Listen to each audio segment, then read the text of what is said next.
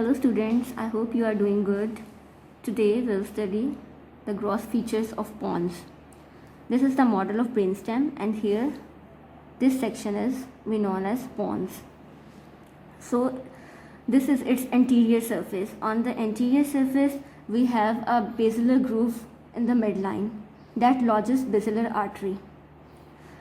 And then we have transverse fibers that converge on both sides to form middle cerebellar peduncle. This is middle cerebellar peduncle on the both sides. You can see it more clearly on the posterior aspect. So basically 4 nerves emerges from the anterior surface of pons. First of all, anterolaterally we have trigeminal nerve, that is cranial nerve 5, and it has 2 roots, its motor part and its sensory part.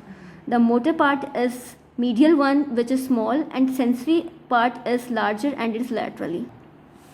The remaining 3 cranial nerves, that are abducent, vestibulocochlear and facial nerve, emerges from the groove between the pons and medulla.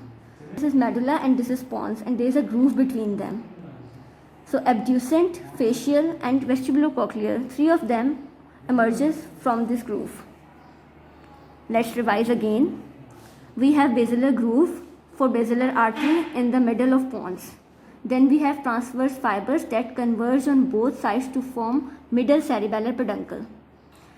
Then we have 4 cranial nerves emerges through the pons, that are trigeminal, abducent, facial and vestibulocochlear.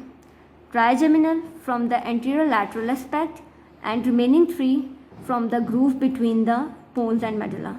And that's all about the anterior surface of pons. So now this is the posterior aspect of pons. The posterior aspect forms the floor of fourth ventricle. Okay. This midline is known as median sulcus, and laterally on its both sides there is a prominence. You can see this prominence. This is known as medial eminence, and its lower end we have a prominence known as facial colliculus.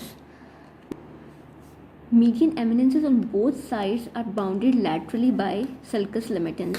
So this is sulcus limitans. This is sulcus limitans. Okay. And then lateral to sulcus limitans is vestibular area, which contains vestibular nuclei. Okay. And the whole posterior aspect is bounded laterally by superior cerebellar peduncle. So this is superior cerebellar peduncle. Then we have vestibular area. And then we have sulcus limitans, then we have medial prominence, and then median sulcus. And this is facial colliculus, and this prominence is because facial nerve winds around the 6th nerve nuclei, and these are stria medullaris.